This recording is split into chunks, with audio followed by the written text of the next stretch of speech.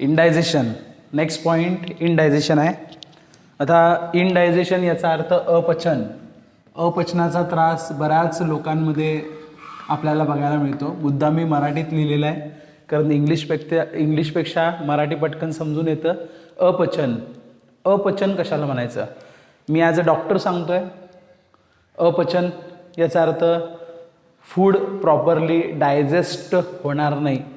तुम्ही खाल्ल्यानंतर करपट ढेकर येणं, मळमळणं, खायला नको असं वाटणं, ढेकर येणं, छातीत जळजळणं, पोटात जळजळणं, पोट दुखणं, हा जो सगळा प्रकार आहे हा अपचनाचा प्रकार आहे. इनडायजेशन म्हणायचं त्याला. Indigestion food is not properly digested. आपण जेवल्यानंतर जवळपास 4 ते 5 तासात फूड प्रॉपरली डायजेस्टेड व्हायला पाहिजे. पण काही कारणास्तव जर फूड प्रॉपरली डायजेस्ट झालं नाही तर त्याचं कन्व्हर्जन इनडायजेशनमध्ये होतं. कशामध्ये होतं? इनडायजेशन. आता इनडायजेशनचे कॉजेस काय काय आहेत? इनडायजेशन कशामुळे होतं? तर सगळ्यात महत्त्वाचा पहिला कॉज आहे ओव्हर इटिंग. ओव्हर इटिंग म्हणजे प्रमाणापेक्षा जास्त जर खाल्लं तर त्याला आपण ओव्हर इटिंग असं म्हणतो. आपले जे काय आमाशय आहे, आपलं जे स्टमक आहे त्याचे 4 भाग केले पाहिजेत आणि 3/4 म्हणजे 3/4 पार्ट हे फूडनं भरलं पाहिजे आणि 1 पार्ट हा मोकळा राहिला पाहिजे असं म्हणलं जातं. पण ओव्हर इटिंग केल्यामुळं प्रॉपर डायजेस्ट होत नाही. जसं वॉशिंग मशीन आहे आणि वॉशिंग मशीनमध्ये कपडे धुवायचे आहेत. जर समजा आपण भरपूर गच्च भरून कपडे घातले तर कुठलेच कपडे व्यवस्थित धुतले जात नाही, म्हणजे आपण डिसफंक्शन होतं. त्या टाईपमध्ये स्टमक हे एक मिक्सर आहे आणि मिक्सरमध्ये तुम्ही जर भरून घातला तर ते व्यवस्थित मिक्स होत नाही किंवा ते व्यवस्थित बारीक होत नाही, ते व्यवस्थित डायजेस्टेड होत नाही. याला आपण म्हणतो ओव्हर इटिंग. दुसरी गोष्ट आहे स्पायसी फूड. काही काही जणांना स्पायसी आवडतं, तेलकट आवडतं. आमटीवरचा आलेला जो कट असतो, रस्स्यावरचा जो कट असतो तो खायला बरं वाटतो. तिखट पदार्थ, मिरची खायला बरी वाटते, बरोबर आहे. तर हे जे पदार्थ आहेत स्पायसी आहेत, त्याच्यामुळं डायल्यूट HCl सिक्रिशन झाल्यामुळं ॲक्च्युली इनडायजेशन होण्याची शक्यता जास्त आहे. त्याच्यानंतर आहे एन्झायटी. एन्झायटी असून चालणार नाही. ओके. Inadequate enzyme secretion. आपण डायजेशनमध्ये प्रत्येक रिॲक्शन्स बघितल्या. प्रत्येक रिॲक्शन ह्या डायजेशनच्या होत्या आणि डायजेशन होण्यासाठी एन्झाईम्स लागतात आणि हे एन्झाईम्स जर कमी असतील तर व्यवस्थित डायजेशन होणार नाही आहे. Smoking, alcohol.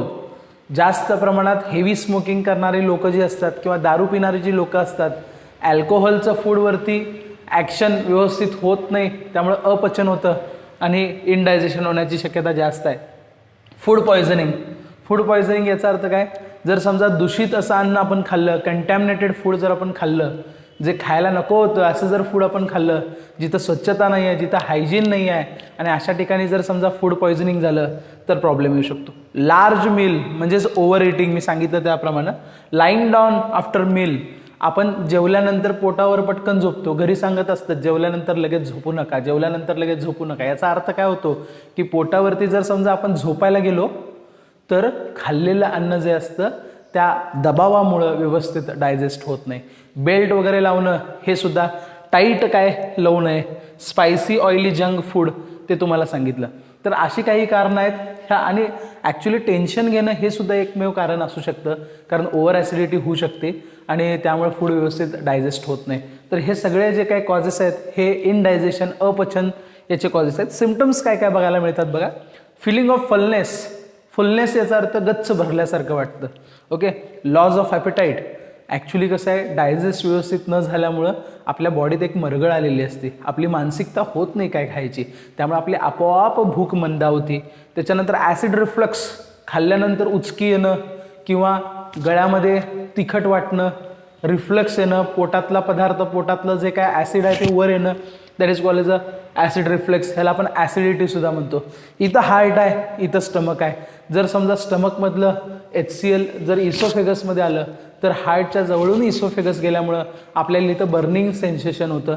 त्याला आपण हार्ट बर्न असं म्हणतो.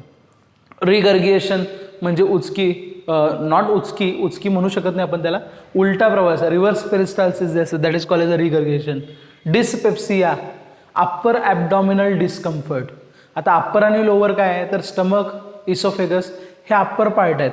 तर अप्पर पार्टमध्ये म्हणजे डायजेस्टिव्ह सिस्टमच्या अप्पर पार्टमध्ये जर समजा प्रॉब्लेम होत असतील तर त्याला डिस्पेप्सिया असं आपण म्हणतो. लिहून ठेवा. 11th standard state Maharashtra state बोर्डमध्ये हे दिलेलं आहे.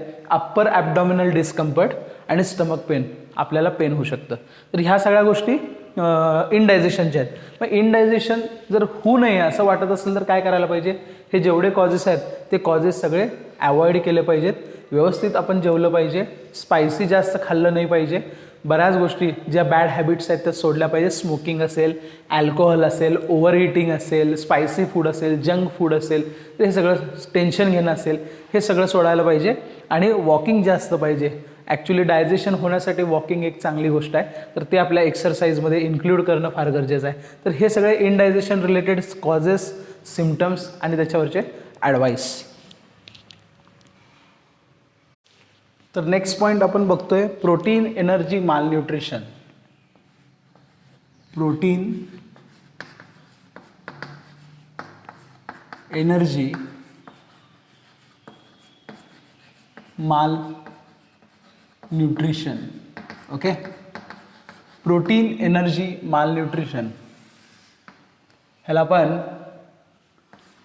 PEM असं म्हणतो. प्रोटीन एनर्जी माल न्यूट्रिशन एक डायटरी डिफिशियन्सी नावाचा प्रकार आहे, ज्याच्यामध्ये लहान मुलं जी असतात त्यांना जर व्यवस्थित डाएट नाही मिळालं तर प्रोटीन एनर्जी माल न्यूट्रिशन होऊ शकतं. माल न्यूट्रिशन म्हणजे कुपोषण, लक्षात ठेवा.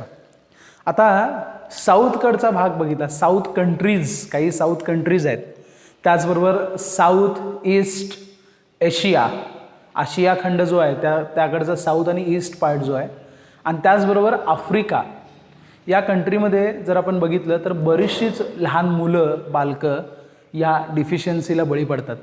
व्यवस्थित एनर्जी न मिळणं, व्यवस्थित विटॅमिन्स न मिळणं, व्यवस्थित मिनरल्स नाही मिळणं, प्रोटीन व्यवस्थित न मिळणं, यामुळं त्यांच्या शरीराची जी काय बांधणी असती ती खराब होती. अशी कुपोषित बालकं आपण बघतो. बऱ्याच वेळेस उघड्या अंगावरती बसलेली असतात, सगळं शरीर काळवटलेलं असतं, मान छोटीशी झालेली असती, हातपाय बारीक झालेले असतात, पोट पुढं आलेलं असतं, गाल आत गेलेले असतात, डोळे बाहेर आल्यासारखं वाटतात, केस काही वेळेस पांढरे झालेले असतात. आठवतंय? डोळ्यापुढे येतं हे बघा. साऊथ आफ्रिकामध्ये काळवंडलेली पोरं वगैरे असतात, किंवा आपल्या इकडे सुद्धा झोपडपट्टीमध्ये जर व्यवस्थित न्यूट्रिशन नाही मिळालं तर या सगळ्या गोष्टी होऊ शकतात. तर हे आपल्याला माहीत आहे आणि तेच आपण आत्ता बघतोय. प्रोटीन एनर्जी माल न्यूट्रिशन ह्याच्यामध्ये इनॲडिक्वेसी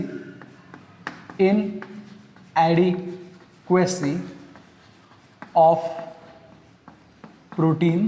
डाएटमध्ये जर समजा प्रोटीन नसेल, विटॅमिन्स नसतील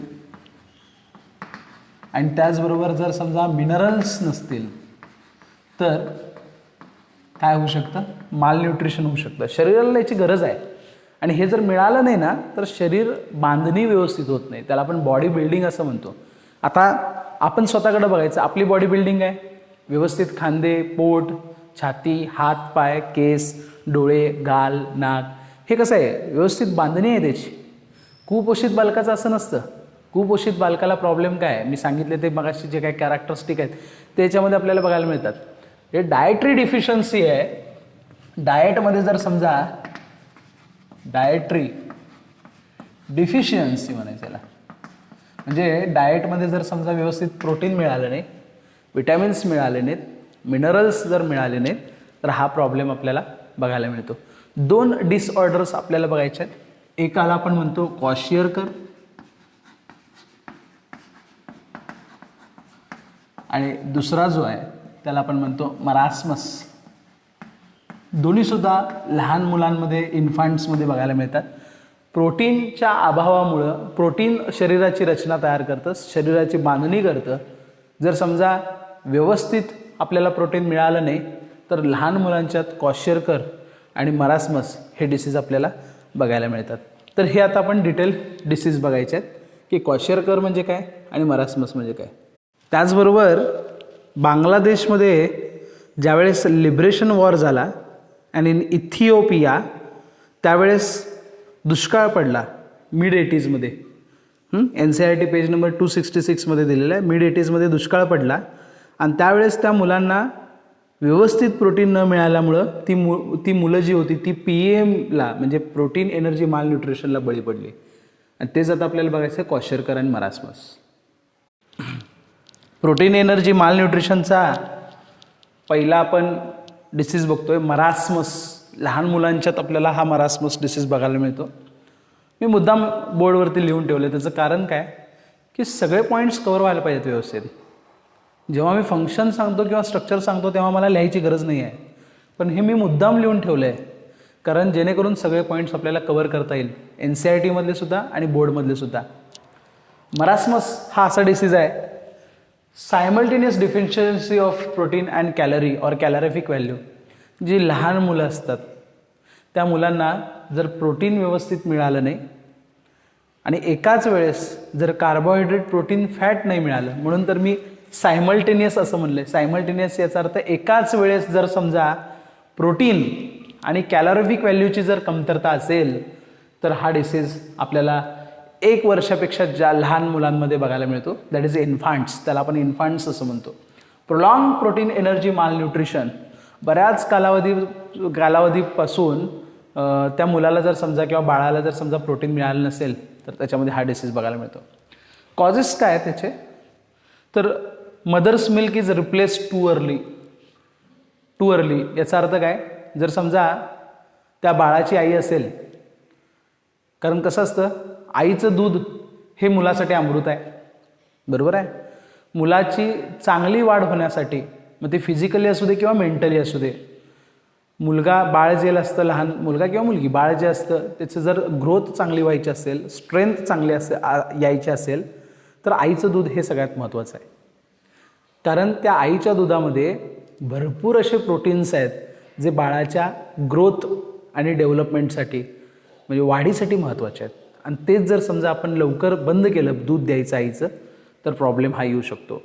दुसरी गोष्ट, सेकंड प्रेग्नन्सी जर असेल, म्हणजे पहिल्यांदा बाळ जन्माला आलं आहे आणि लगेचच स्पेस न ठेवता, म्हणजे कसं असतं एक मुलगा जन्माला आल्यानंतर 2 वर्षाचा 3 वर्षाचा गॅप असावा. कारण का, पहिल्या बाळाचं न्यूट्रिशन व्यवस्थित जर झालं तर दुसऱ्या मुलाला जन्म दिला आणि त्याचं न्यूट्रिशन व्यवस्थित होणार आहे. नाहीतर कसं होणार, मागच्या वर्षी एक मुलगा झाला, पुढच्या वर्षी एक मुलगा झाला, तो दुधावर असतो तोपर्यंत आईचं पूर्ण जे सत्व असतं ते कमी झालेलं असतं, एनर्जी कमी झालेली असती, त्यात दुसऱ्या मुलाचा जन्म होतो. म्हणजे इल स्पेसिंग म्हणायचं त्याला. ते स्पेस जर व्यवस्थित ठेवली नाही 2 मुलांमध्ये तर हा प्रॉब्लेम येऊ शकतो. गरिबी हा सगळ्यात मोठा प्रॉब्लेम आहे. मिळवणारा हात 1 आणि खाणारे हात 10 असं असेल तर घरामध्ये गरिबी, दारिद्र्य असतं. त्यामुळे कुठलेही पदार्थ, चांगले पदार्थ असतील किंवा दूध असेल ते घेऊ शकत नाहीत. काय ठिकाणी मी असं बघितलं की पाण्याबरोबर चुना मिसळला जातो आणि तो चुना त्याच्यामध्ये मिक्स करून दूध म्हणून बाळाला चाटवलं जातं, जेणेकरून बाळ त्या पांढऱ्या रंगाकडे बघून शांत राहील. रडत असणारं बाळ जे आहे ते शांत राहील. असं पण मी काही वेळेस अनुभव घेतलेला आहे, तो बघितलेला आहे. लार्ज फॅमिली, मी आत्ता म्हणलं ना, मिळवणारा 1 आणि खाणारे 10, that is a large family. Over diluted milk, दूध घ्यायला पैसे नाहीत, दूध महाग आहे, दुधाची किंमत तुम्हाला माहीत आहे, तर दुधामध्ये भरपूर पाणी घालायचं. पाणी घातल्यानं काय होईल, पातळी वाढेल पण प्रोटीन कंटेंट वाढणार नाही, प्रोटीन वाढणार नाही, त्यामुळे प्रॉब्लेम येणार. अशा मुलांमध्ये सिम्पटम्स काय बघायला मिळतात, अशा मुलांमध्ये सिम्पटम्स काय बघायला मिळतात, इम्पेअर्स विथ अ फिजिकल ग्रोथ. शरीराची वाढ होत नाही, बॉडी मास इंडेक्स वाढत नाही, हाईट वाढत नाही, ना बॉडीचं वेट वाढत नाही, वेट लॉस असतं. मेंटल रिटार्डेशन, प्रोटीन जास्त न मिळाल्यामुळं मेंदूची रचना जी आहे ती व्यवस्थित होत नाही, पूर्ण होत नाही, त्याचं न्यूट्रिशन होत नाही, त्यामुळे मुलांचं मेंटल रिटार्डेशन होऊ शकतं. सबक्युटॅनियस फॅट डिसॲपियर, म्हणजे स्किनच्या खालचं जे फॅट असतं, कनेक्टिव्ह टिश्यू, त्याच्याखाली फॅट जे असतं ते रिमूव्ह होऊन जातं, निघून जातं. त्यामुळं मुलं अतिशय बारीक दिसतात, हात पाय हे एकदम बारीक दिसतात. फक्त पोटाचं थोडंसं फॅट राहतं म्हणून पोट पुढं आल्यासारखं वाटतं. ॲक्च्युली ते पोट पुढं आलेलंच नसतं. शरीरात हात आणि पाय हे लहान झाले की पोट मोठं दिसतं, कारण पोट हे नेहमी मोठंच असणार आहे, कारण त्याच्यामध्ये इंटेस्टिनल ऑर्गन्स आहेत, स्टमक आहे, इंटेस्टाईन आहे आणि मांस पण आहे, त्यामुळे दिसणार आहे. रिब्स बिकम प्रॉमिनंट, त्यांचं लॅटरल साईड जर बघितले तर आतल्या ज्या बरकड्या आहेत, रिब्स आहेत, त्या अशा उठून दिसतात. लिम्स बिकम थिन, लिम्स याचा अर्थ हे अप्पर लिम म्हणजे हात, लोअर लिम्स म्हणजे पाय, हे बारीक होतात. स्किन बिकम्स ड्राय, थिन आणि व्रिंकल्ड. स्किन पूर्णपणे म्हणजे त्वचा जी असते ती ड्राय पडलेली असते, सुरकुतलेली असते, कारण प्रोटीन व्यवस्थित मिळत नाही. Loss of weight, digestion absorption थांबतं due to the atrophy of glands. Atrophy याचा अर्थ डिजनरेशन ऑफ ग्लँड्स. आणि नो ओडेमा म्हणजे ह्याच्यामध्ये सगळ्यात महत्त्वाची गोष्ट आहे जी मरास्मसमध्ये आपल्याला बघायला मिळते की पायांवरती हातांवरती सूज नसते. आणि क्वॉशरकर जर आपण बघितलं पुढचा डिसीज तर त्याच्यामध्ये मात्र सूज आपल्याला बघायला मिळणार आहे. तर हे आत्ता आपण बघितलं मरास्मसबद्दल. यानंतर आपल्याला बघायचं आहे क्वॉशियरकर. Next point क्वॉशियरकर. सगळं सेम आहे, मी फक्त अंडरलाईन करतो ते वेगळं आहे. Simultaneous deficiency of protein and calorie, एनसीईआरटीमध्ये तेच दिलेलं आहे. फाउंड इन इन्फंट इथं चेंज आहे बघा. मोर दॅन 1 इयर असं आहे, मागच्या वेळेस कमी होतं, लेस दॅन 1 इयर होतं. ओके, सगळं सेम, ह्या सगळ्या गोष्टी सेम. सगळ्यात महत्त्वाचं काय तर इथं बघा, extensive oedema and swelling. Oedema म्हणजे सूज, स्वेलिंगमध्ये सुद्धा सूज असते. त्यानंतर ॲनेमिया असतो, ॲनेमिया म्हणजे रक्त कमी असतं. प्रोट्रुडिंग बेली, मी सांगितल्याप्रमाणे हातपाय काळ्या झाल्यामुळं पोट नगारा दिसतो, नगारा असल्यासारखं वाटतं, मोठं वाटतं, प्रोट्रुडिंग बेली. डोळे बाहेर आल्यासारखं वाटतात कारण गाल आत गेलेले असतात, त्याला बल्जिंग आईज म्हणायचं. चेहऱ्यावरती सूज असते, पाय बारीक असतात, स्किन हेअर कलर चेंज होतं, ह्याला आपण म्हणतो क्वॉशियरकर. तर एवढाच फक्त फरक मरास्मस आणि क्वॉशियरकरमध्ये आहे की ते एक्सटेन्सिव्ह ओडेमा जे आहे ते मरास्मसमध्ये आपल्याला बघायला मिळत नाही, ते क्वॉशियरकरमध्ये बघायला मिळतं. ओके, तर हे झालं क्वॉशियरकरबद्दल.